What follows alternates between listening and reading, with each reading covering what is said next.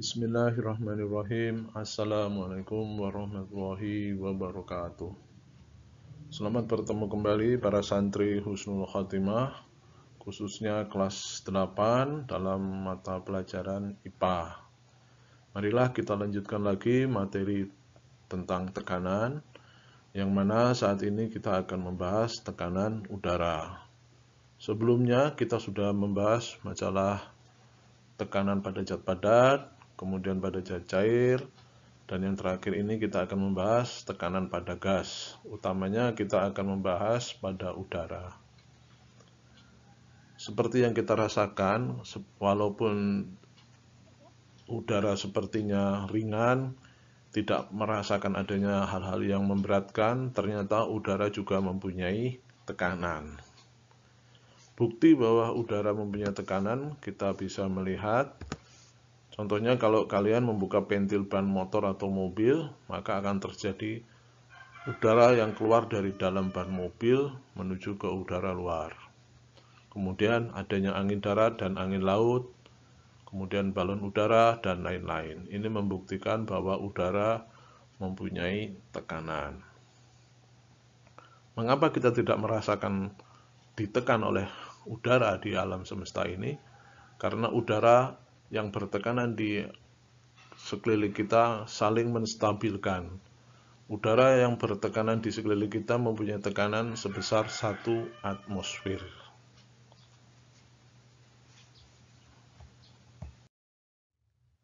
Berikut ini ada seorang ilmuwan berkebangsaan Italia bernama Torricelli.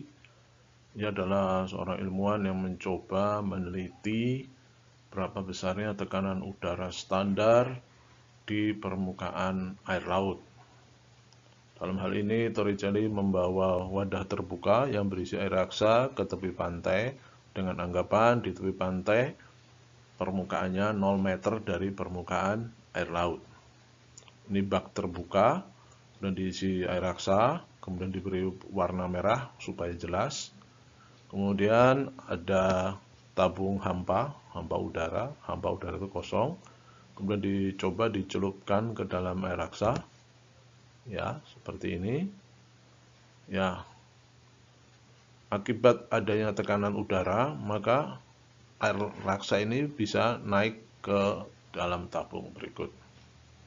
Kenapa bisa naik? Karena memang udara yang ada di atas permukaan air raksa ini akan menekan permukaan air raksa, sehingga air raksa ini tertekan ke bawah, kemudian dia mendesak naik ke atas ke dalam tabung hampa ini. Dan ini tidak sampai tertutup ke atas karena adanya faktor gravitasi dan massa jenis dari air raksa. Beda tinggi permukaan ini adalah 76 cm. Oleh karena itu, Torricelli menyimpulkan bahwa tekanan udara di permukaan air laut atau di tepi pantai adalah sebesar 76 cm raksa, atau kita singkat 76 cm Hg. Berarti tekanan udara standar di tepi pantai nilainya 76 cm Hg atau 1 atm atau 1 atmosfer.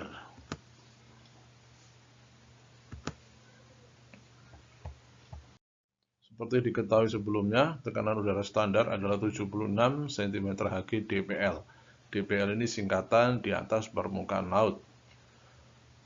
Ya, di sini memakai satuan cm Hg menurut Torricelli. Ada beberapa satuan tekanan udara yang lain, di antaranya atm atau atmosfer. Ya, jadi tadi sebelumnya kita sudah simpulkan 1 atmosfer sama dengan 76 cm Hg. Ada juga satuan tekanan udara yang lain, kilogram force per cm persegi. Ada juga bar, ada juga PSI, ya.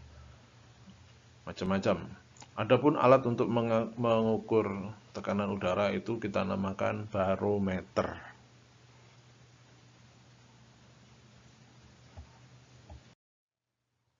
Kemudian timbul pertanyaan, apakah besar tekanan udara di lain tempat itu sama? Jawabnya tidak. Karena ternyata terjadi penurunan tekanan udara sebesar 1 cm Hg setiap kenaikan tempat sebesar 100 meter. Jadi Torricelli tadi mencoba membawa alatnya naik ke gunung dan ternyata tekanan udaranya turun. Dari pengamatan yang dilakukan dapat disimpulkan dan dirumuskan sebagai berikut. PD sama dengan 76 dikurangi dalam kurung H per 100 dalam cm Hg. Rumus ini hanya berlaku untuk ketinggian maksimum 7600.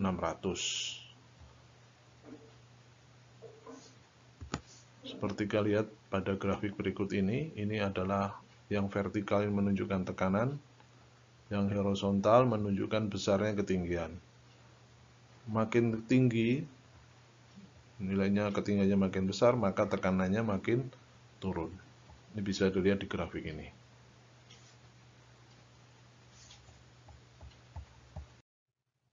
Berikut, marilah kita lihat contoh soalnya.